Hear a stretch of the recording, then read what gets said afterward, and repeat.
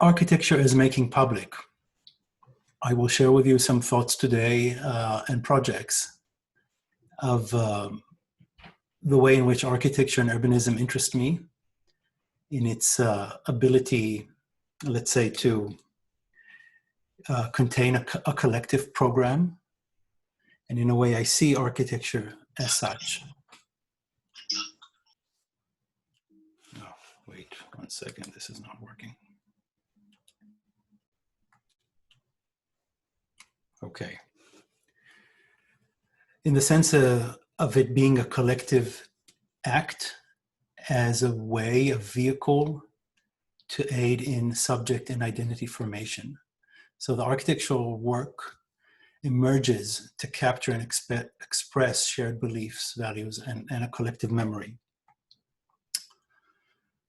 When we start a project in the office, we ask, how can the site benefit from the building designed on it? And how can that building benefit from its site? This question leads to a certain negotiation that begins to take place between site and building, mass and void, figure and ground. I seek a balance where both remain dominant, where one supports the other. This is when the opportunity for architecture is at its best. In a way, the task of the architect is to reveal that space that at the same time belongs to its context and the same time kind of benefits from it. And the bigger question, if architecture seeks to contribute to the city, to society at large, we need to have an idea of what that society is or should be.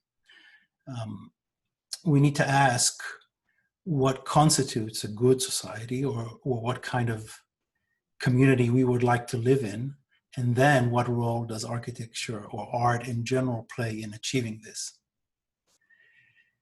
And when social structures change, and I think we are in a time where we are witnessing certain changes in the way we understand life, and whether these are propelled by economic, technological, political forces or other. So there's an opportunity for architecture to change. So in short, to summarize, that a new idea of architecture is born from a new idea of public. And when I say public, I'm using this term now, kind of questioning the use of that term, but it means that how we understand public space, public life, the other side of the same coin in which we understand our private life. So the two are intertwined, and in a way, architecture exposes that relation between our understanding of our public life and our private life. I will start with describing a few projects that deal with design for public space and how they begin to question that on the scale of the building.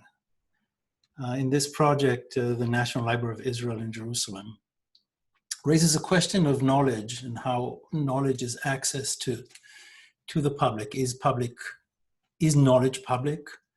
Historically, the knowledge contained in stories that we share as a society were expressed on the building itself, literally, right? The stories were carved into the facades. Later, from the time of the Enlightenment until our modern age, we created spaces to contain that knowledge, libraries. And you see here an image of the Library of New York City, the public library. And these spaces were designed as temples, in a way, secular perhaps, but ones that guarded by a lion in this case, but ones that still have a sense of spirituality to them, perhaps, the sky and kind of, the kind of the temple of knowledge. We asked that question when we competed to design the National Library of Israel in Jerusalem. Well, what does a library mean in the 21st century? Where does knowledge reside who does it belong to, who can access it, and what is the role of the library as a physical space. The current library sits inside, in Jerusalem, inside a university campus.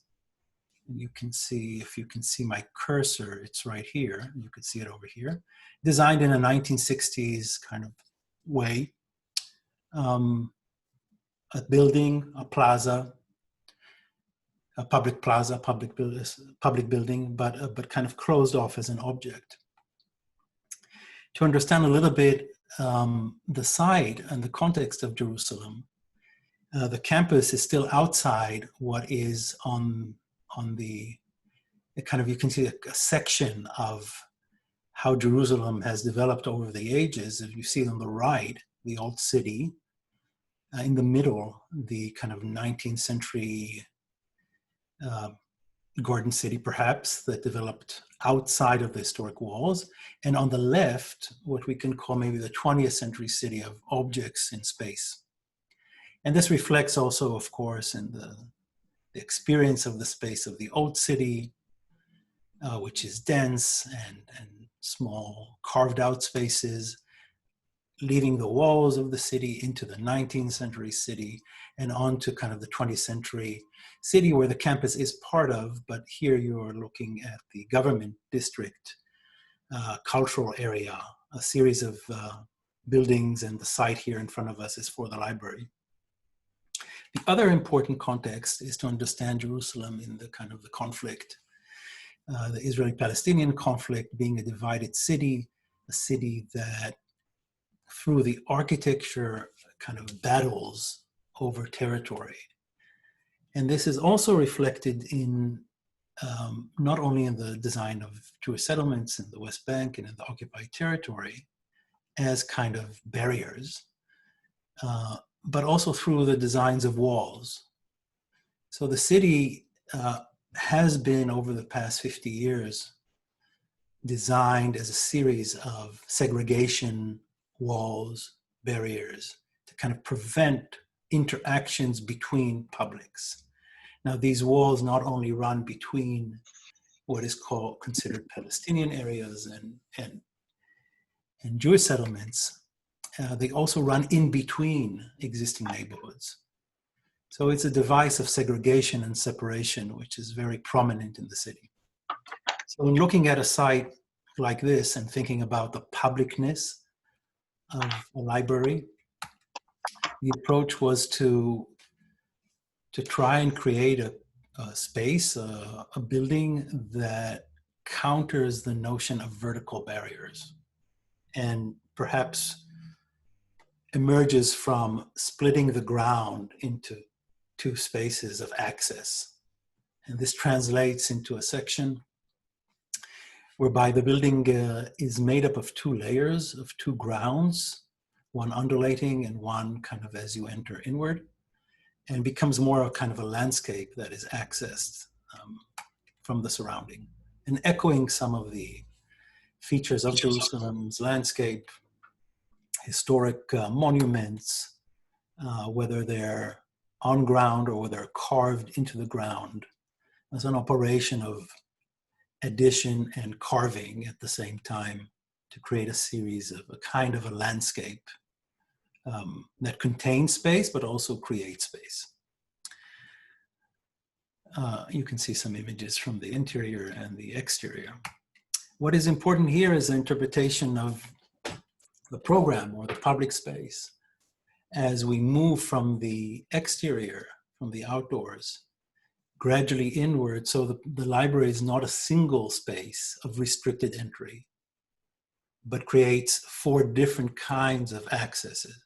So the first one to the right is open 24/7, and the second one is is designated for art spaces and auditorium and event spaces, and only the third one is a reading space where you need the access.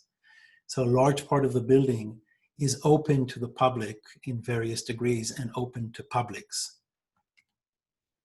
You can see how that translates into a plan of a series of open spaces that you move from one to the other, deeper into the structure, where only the last part on the bottom left remains for the admin or the operation of the library.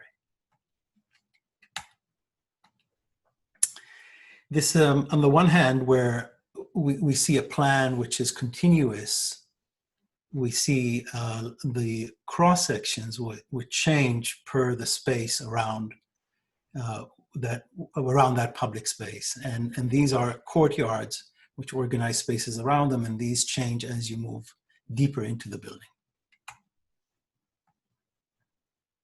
We have some renderings to show that.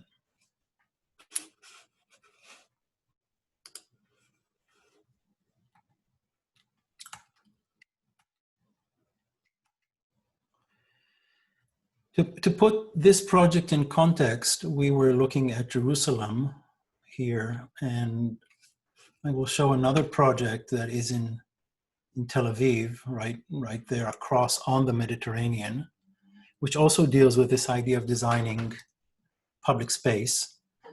Tel Aviv, a city established about 100 years ago, initially a master plan prepared in the 30s by Patrick Geddes, is kind of following a garden city model.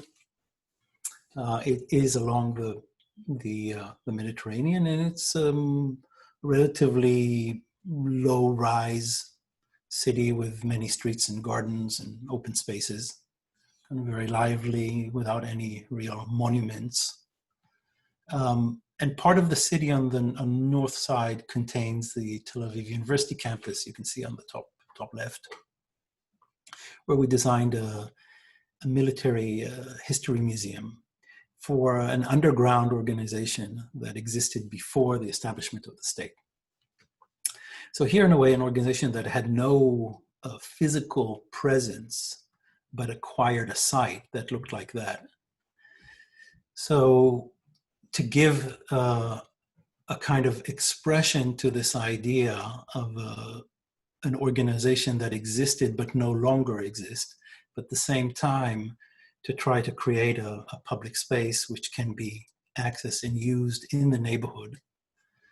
So the first move was to keep the existing trees on the side and to carve a space around them, as you can see here, and to build the building around that existing space of trees, which then becomes a courtyard through which the different parts of the building can be accessed. You see in the plan how the auditorium, cafeteria, library, and then whole exhibition space, which is underground, can be accessed, but also that's open to the public to just move in. So it's a kind of space that you climb up from the street into, and you can, from within it, you can see how the building kind of operates. The reference is also to the kind of the ruins of war, which are associated with this history. So there's also a kind of a cultural reference here, symbolic perhaps, of association to images of something that was, or kind of a residues of events that were. And I think this is interesting to talk about this dual role of a design, on the one hand, through the layout and organization of spaces to create a certain relationship, or to carve out space for a collective or public space, as we see, but also symbolically to express or to carry ideas that present that group, that ideal that the building is there to preserve or to maintain. So this dual role is critical. I think that if we historically read architecture in such a way, we can better understand those relationships that I started talking about between public life and private life.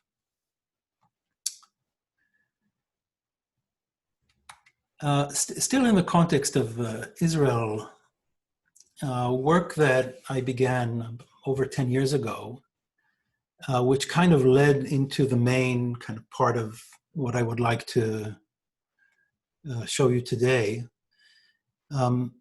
is work with kibbutz communities. The kibbutz is a form of settlement, a 20th century invention, or we can say a settlement type that was based on equality, mutual aid, and communal life. In an environment where there was no private property, everything was shared, collectively owned. Work, meals, babies were kind of taken care of collectively. And so the architecture followed that and created a space per each activity, like a living space or a club where you would smoke and read the papers, or a pool where you would collectively exercise.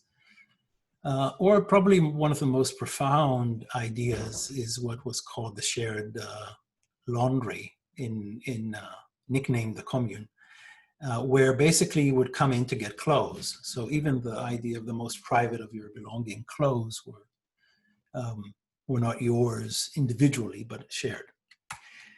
So this condition perfectly fit the ideals of modern design. Clean, simple, non-ornamental, even minimalist in many cases, because a room would just be a space to sleep in, right? There are also many other social restructuring that this type created. Relations between generations, where elderly were more involved with young people, and young people grew together in a relatively safe, secure, protected, and small community. Now, this idea began to collapse in the 80s as similar ideas around the world, began to also collapse at that time. But very interestingly, undergoing certain transformations today. And the result of this beginning of collapse that has been going on for 3-4 decades is that the shared facilities have been kind of neglected, but more so the change in the way that the community is structured has undergone a drastic change. Because if initially the thought was that the settlement is made up of individuals, and each one is an individual, today we're finding that more and more of these communities, which around 300 still exist, are made up of families, of households, and these families differ. It's completely different social restructuring of how a community is made. Now, in the past, perhaps 10, 15 years, we've begun to notice a real desire for people from the city or young families to move into these kibbutz places.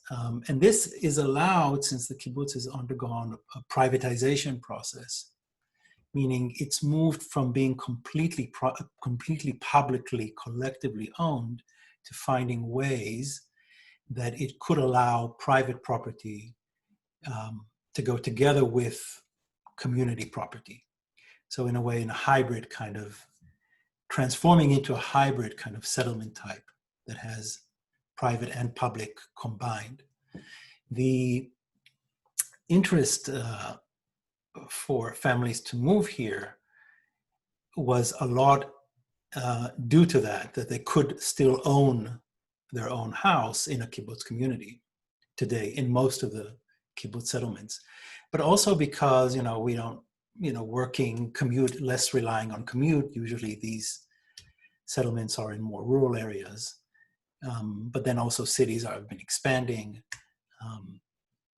And the positive sides is the active kind of community and access to open space that these areas have. So in a way, they are seen as perhaps an alternative to the suburb, something much more community engaged. So they became a kind of attractors to many in Israel. And so the need to redevelop or rethink how settlement is organized. And if we began studying historically how that worked, and if a typical kibbutz, as you see here, would look something like that, where the blue dot here is where you would live. Here you eat. Here you do your laundry. Here you entertain or swim in the pool. Here is a big kind of assembly hall. You would work in the farm or in the fields over here, and your children would, grow up over here as far away from you as possible. But that idea that the whole settlement in a way is your home, and each program is separated, right? That translated into an architecture of separate spaces for different activities of the day. And this is how the kibbutz was designed. But recently, following this kind of transformation that I described, we see more and more of those collective programs being pulled onto your house, your individual unit, right? But the architecture is not prepared for that. So you see these funny additions to increase what was once just a living space into a house. And on the other hand, you see these emptied out collective spaces. So there are two projects here. At minimum, there are more, but rethinking the family house, but also rethinking the collective spaces. So this is what the next kibbutz project started doing. And we started working with one of these kibbutzes near the town of Ashdod on the Mediterranean. You see about 15 kilometer from the Mediterranean. You see the kibbutz layout and its agricultural fields. And gradually you see that the whole area is becoming urbanized more and more. This is how the kibbutz looks like today, the shared spaces, primarily for pedestrian, for bikes. This is kind of the core of the settlement. And the plan that they were asking, or they kind of approached to say, well, how do we grow without losing that sense of intimacy, of pedestrian connectivity?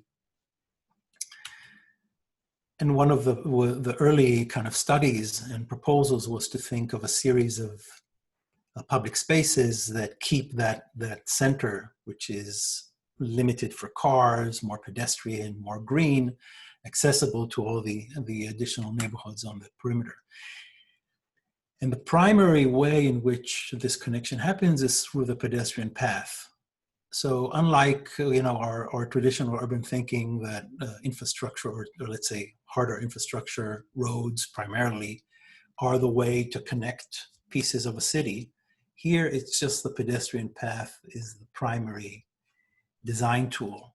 And the way that it meanders, the way that it connects is the key piece where we looked at this plot, which was designated for a new neighborhood, and began to outline those paths as a kind of pretty sophisticated series of network of public spaces, really, that feed into that new area, that new neighborhood over here.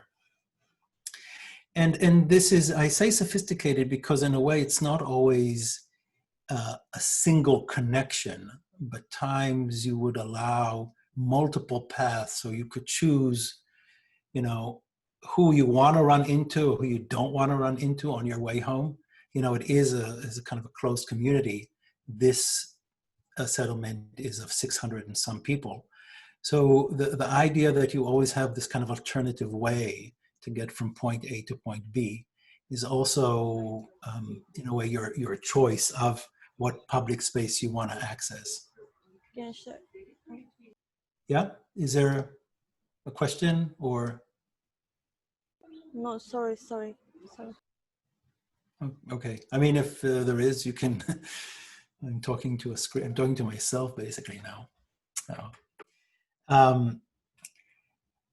So I'm showing you a few images of the path to say that it's not just that path that you saw on the plan as a line, you know, 1.50 meters wide, but it's the whole landscape around it that creates openness and intimacy and privacy, depending where you put which kind of plant and how you shape that path. So a study of the plants, what stays green, what sheds, what grows fast, slow, low, high, medium, is really part of this project, is integrated into a layout. So it's as much as laying out the house as it is about finding where to put the vegetation. And so our proposal for this new neighborhood was structured not around individual objects, but around a cluster, whereby the land is still community owned. The plots are assigned to residents. I won't go into the whole tax and property ownership model, but basically the houses are built by families' private funds on lots that they are assigned to. But then the roof becomes again collectively used, primarily to harness solar energy, which then gets redistributed, and the corners becomes shared storage. And of course, the shared garden in the middle is used for the houses. And you see a cluster, how that would kind of look, and how in the process of design, we divide between the framework, as a kind of roof becomes a frame, and the infill becomes something that each family could kind of decide how to shape based on their needs. And so this this project, or this kind of approach, led in a way to question the whole kind of public-private divide or concept, which then led to a series of investigations at MIT, a series of seminars and studios, and now we have a research lab set up that Alina Nazmiva is part of. I see she's here in the call.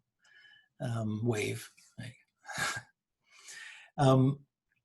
Which kind of falls into a bigger story that's happening in other parts of the world, or kind of that we're beginning to question whether this divide, this very clear divide between public and private, is productive going forward.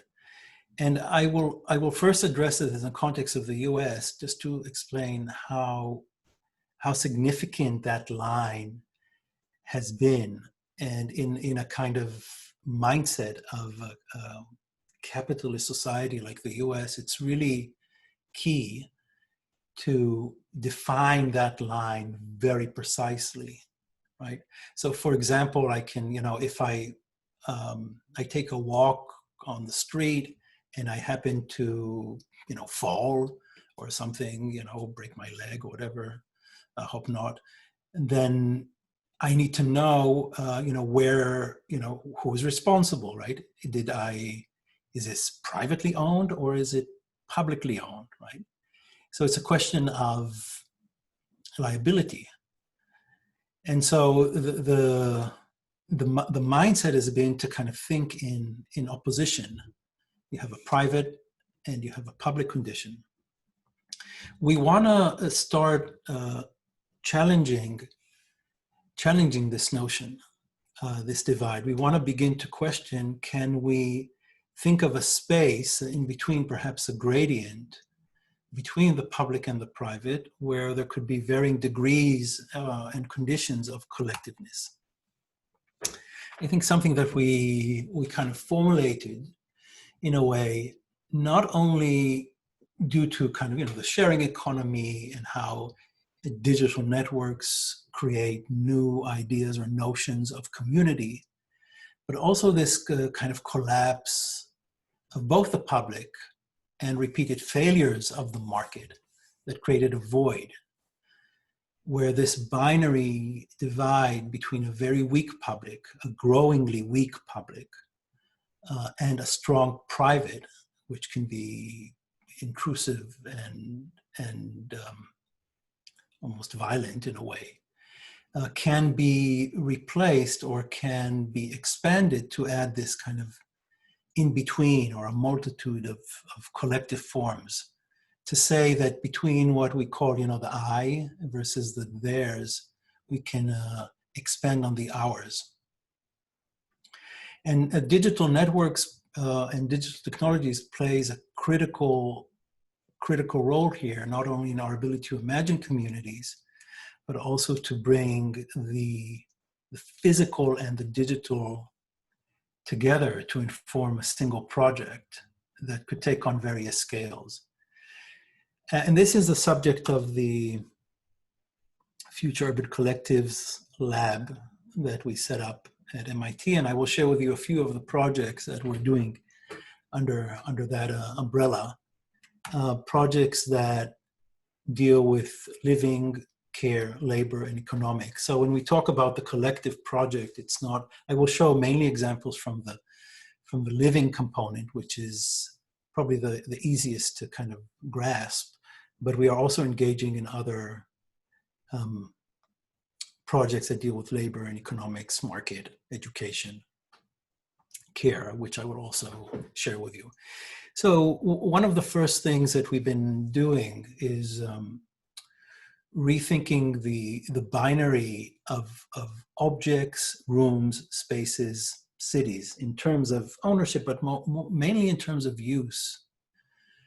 So thinking about from the object scale to the street scale, how we could think of redesignating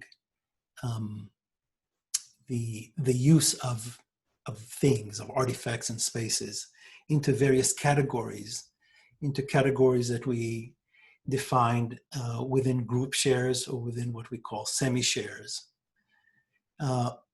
Looking at a few studies of housing between an existing plan, as you see on the right, of a building that was just an apartment building to a kind of co-living project, adapting an existing building into a different kind of living model, in this case in a Haifa project, or in this case of a simple 2-apartment turning into one which we call perhaps flat share, shared by 8 people with shared spaces.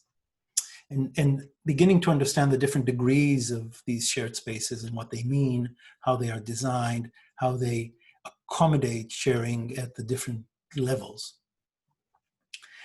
And here at the point that identifying the potential of change in living conditions and having that as a reality or a condition which exists precedes the architecture designs for it, right? So the first perhaps step is adapting existing buildings, existing spaces to new conditions. So changing an existing floor plan to something that was not necessarily designed for. But this is the most immediate way to test out ideas. And here you can see another example of how these 4 categories begin to shape an existing structure. One of these we did 2 years ago, abandoned, and most of these buildings are abandoned buildings that no one at this point wants. In this case, a developer purchased an abandoned building, but as they were waiting for permits, which can take up to 2 years, they gave this building to a small group called Communit, which began to engage and interest people that would like to live in a co-living project. Through Facebook, through WhatsApp, began to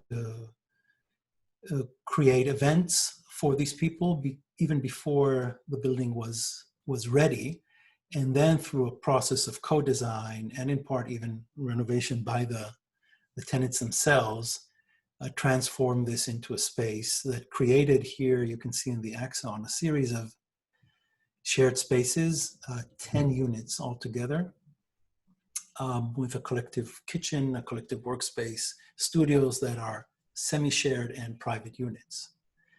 And following up with various activities, here on the top left, you see half of the group that lives here, and following up with interviews and discussions, kind of how does it work, where are conflicts happening, how to avoid conflicts.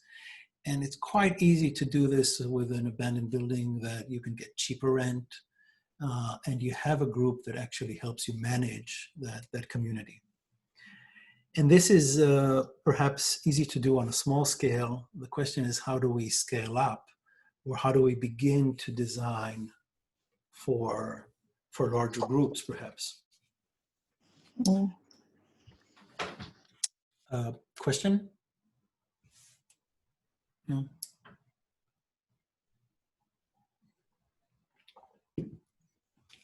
So one of these new projects that we took on, we asked, well, can we think of co-living on a larger scale? And how would that work? And looking at the perimeter block as a model that presents a condition where you have supposedly large shared space in the middle, but in fact the public component of each unit faces the outside, while the bedrooms, the private, face the inside. So it's really the perimeter, the classic perimeter block is organized in a way that the outside remains public, the inside remains private. And so perhaps limited in the way in which you could use it. We identified a site in Haifa, in the city in the north of Israel, as you can see in red, which is right near the port and is a strip of large urban blocks. And we tried here to imagine a condition where we reverse this kind of public on the outside, private on the inside, and have the private units occupy the perimeter, while the heart of the block, the interior of the block, becomes public. And then through that, a series of group shares, semi-shares, and less shared spaces. So you can see in the plan how that works as the units organize the perimeter, and as you move deeper into the depth of the block, the more public, in a way, the space is. Oops, right. You can see the site plan, how the block occupies is fit for its site. It occupies the full depth of the block, and brings the kind of the individual units to the exterior. This is the street that it's on, which is pretty dense for this downtown, and this is how the building relates to that, but does not close off the ground level, but allows the kind of the pedestrian street here to enter under the building in this way. So the cores inside the courtyard are public cores that lead to office buildings or other programs. And there is a whole set of shops and a hotel in the back and cafeteria on that ground level, which would look something like this. And then the second level, you see the different kind of degrees of sharing that happens, where a group of units here, where my cursors would share this kind of space, but would then have access to working space over here, large kitchen for the entire floor, a gym, multi-purpose event space, yoga classes, movies, etc. But then they all connect back into the kind of semi-living, smaller scale living spaces that serve the units. So about a building of about 100 and some individual units that share 2-3 levels similar to that. Some of these could also be open to a larger public. And you see here how the kind of the towers that occupy the center kind of pop out. This is the site where things are. The collectives project, and I will end here, becomes super interesting as it goes beyond just the design of spaces, but the understanding that as we design spaces for collectives, we also engage in how these collectives are formed and strengthened. So the symbiotic kind of relation between the space that defines us and how we as a group also define that space. Thank you. Thank you very much. So guys, we have time for